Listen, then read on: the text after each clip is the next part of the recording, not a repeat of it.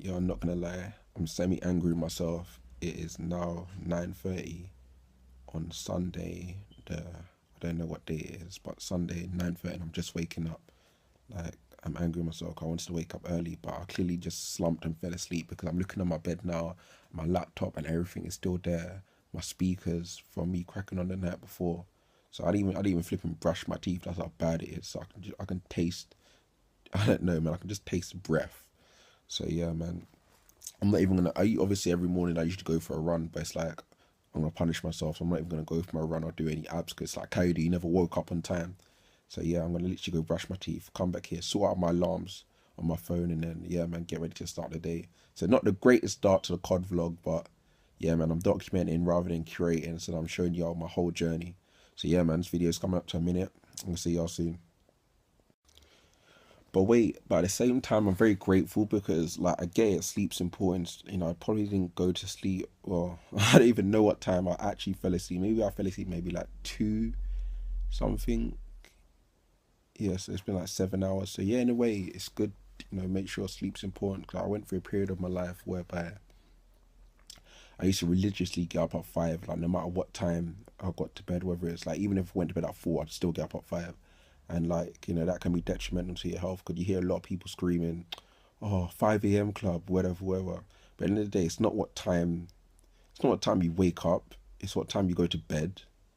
And the only thing that's important is how much hours you're getting. So even if you go to bed at 9 in the morning and you get up at like 12 or something, like who cares as long as you're putting in the work at some unless you're working of course, but who cares as long as you're putting in the work during the times that you're awake. It's not about sleep. It's about what you do when you're awake.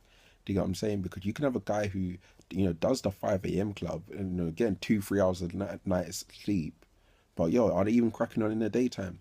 So yeah, so I had to learn over time. Don't be too concerned about what time I wake up. Don't be too concerned about time I go to sleep. It's all about the activity that you're doing during the day. But of course, you don't want to be slack. You don't want to be lazy. You do want to be disciplined in a certain extent. But yeah, focus on the activity during the time awake. Yeah, man. Right, so boom. So right now I'm going back to the basics in business. It's like I never did study business at school, so I'm going back to GCSE Bite to learn about it.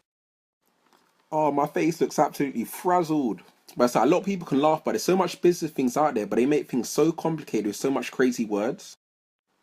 It's like I've never studied business before formally in an academic setting, so I just want to get a basic understanding, not know mumbo jumbo what you got on the net.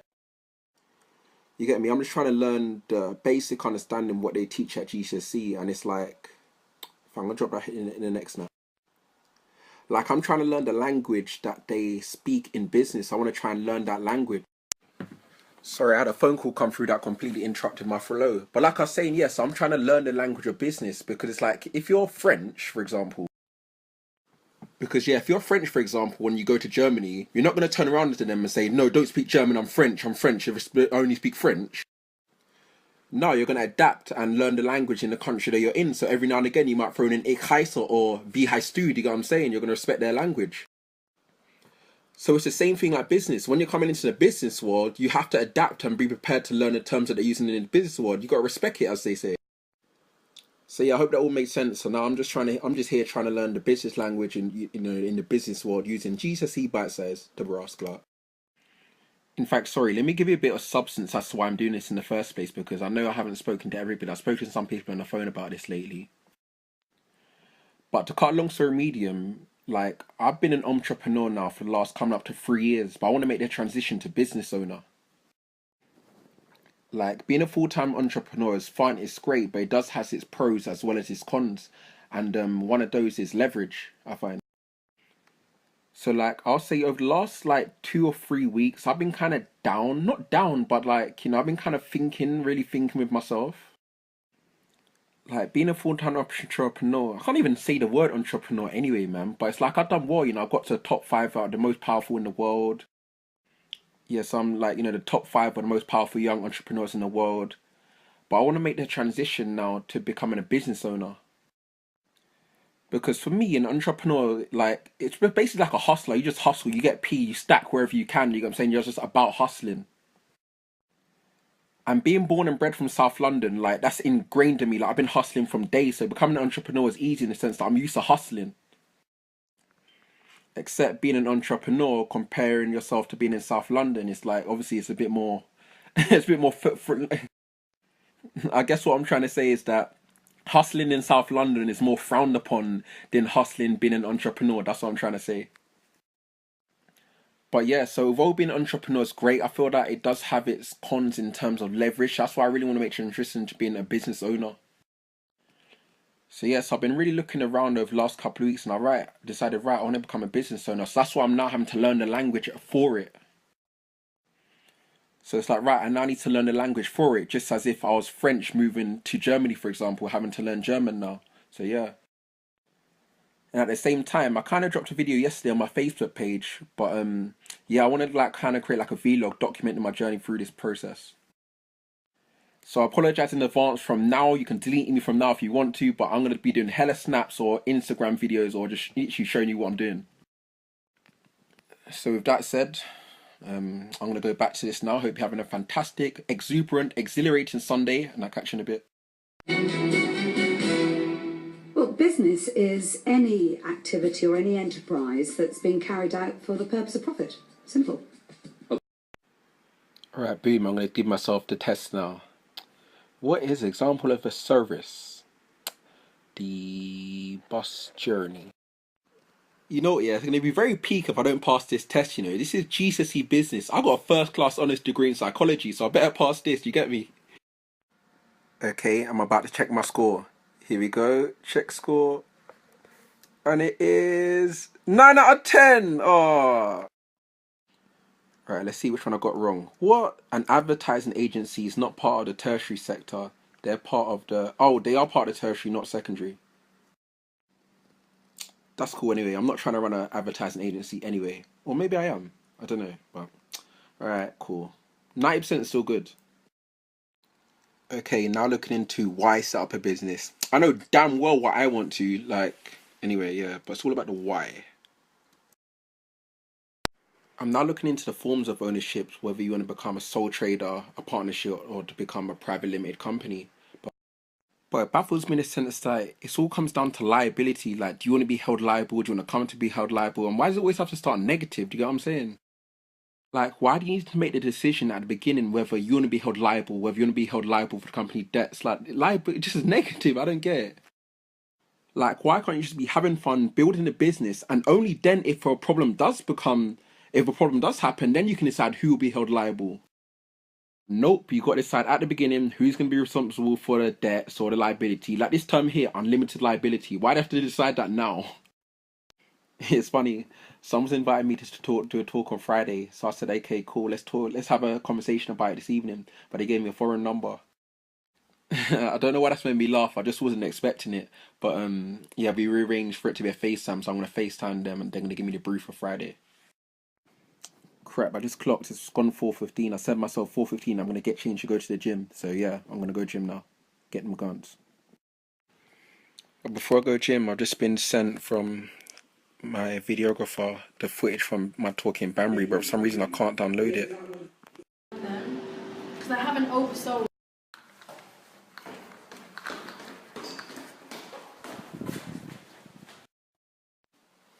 Yeah, man, it's good to just bump into DNA just now still. So yeah, man, DNA, if you see this, good catch up, man, and hope you're blessed. Right, so boom. I could just come out the shower now. I got myself my... Oh, no, my fork just dropped. But yeah, got myself my dinner here. I can't even describe it now. Not enough time on the clock. Yeah, but basically I made my brown pasta. I made a banging, honestly, banging sauce to go with it. You should try it. And then what I'm going to do for the rest of the evening is that obviously I'm going to try myself, have something to eat. Well, sorry, I'm eating already. Scrap that. So yeah, so after this I'm going to continue doing my business knowledge. I then got a call at 9:30 about talk on Friday. And then after that... So I'm chewing, sorry. But then after that, I need to put some wheels in motion for a couple of other things. So yeah, that's Cod's plan for the evening. I'm not even going to lie, yeah. More time when I'm cracking on, I'll actually just go back in bed, you know. If I'm not sitting at the desk, and I'll just come back to the bed and just like crack on here. In fact, you know what? Let's listen to some Young MA while I'm cracking on. Get some Young MA. We still hustle to the cows. Scrap that. I'm gonna watch in Dragon's Den, man. Oops. Where is it? Yeah. Watching Dragon's Den instead. So for your brand, spot on. I mean, what Absolutely. a coincidence that Dragon's Den's come on when I'm talking about I want to learn more about the business side of things. Like, perfect timing, man. Thank you. Yeah, I'm not gonna lie, I'm having a lot of fun watching this Dragon's Den, because on Twitter, like, I'm interacting on the hashtag as well, so if you're watching it, interact on the hashtag Dragon's Den on Twitter. Else might have in terms of being able to pick up that phone. But at the end of the day, they've got more knowledge in the background of what's going on than we've got. Oh, yeah. Yeah, that was a really good episode, man. I'm really glad I watched that. A lot of learning, man. A lot of learning. People, I'm touched, man. I just came off this call for this talk, and I'm so honoured that they asked me to do it. I'm really, really excited to do this on Friday, you know. Like, the organizer of this event, she's such a lovely person, and it's like, I'm doing it for free as well. It's like, and I'm honoured to do it for her. I find it funny, man. Things always come in bursts. Like, right now, I'm getting a lot of messages about the houses that we have. Like, you know, a lot have gone, some are still there, but people need them. So yeah, man, so still with the property game right now. It's flexible. Yeah, man. Yeah, I need to move these houses. You know what, yeah? On Facebook, I always make sure every day I click on whoever's wall it is, whose birthday it is, and just simply say to them, happy birthday.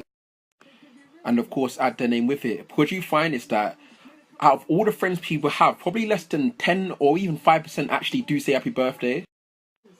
So if you're one of the few people who actually do say happy birthday in the wall, it actually means a big deal to them. Like, some people coming back saying, oh my God, thank you. Like, they even think I'll do it. Like, not even to do a humble brag, but for me, I've got over like 4,000 friends on Facebook, but I probably only get like 200 people saying happy birthday. And it's like, I observed this theory with also another friend, and they've got like 2,000 friends on Facebook, and they probably only get like 100 people saying happy birthday. So if you're looking at this from a business perspective, you're actually building a rapport with this person, and it becomes even more important just because of the way social media works. So it's like, now that I've interacted with this person on social media, when I make posts, I'm more likely to appear on their newsfeed due to Facebook's algorithms. So by interacting and posting on their wall, I'm also helping myself, because it means that I'm more likely to appear on their timeline or their newsfeed because we've had an interaction.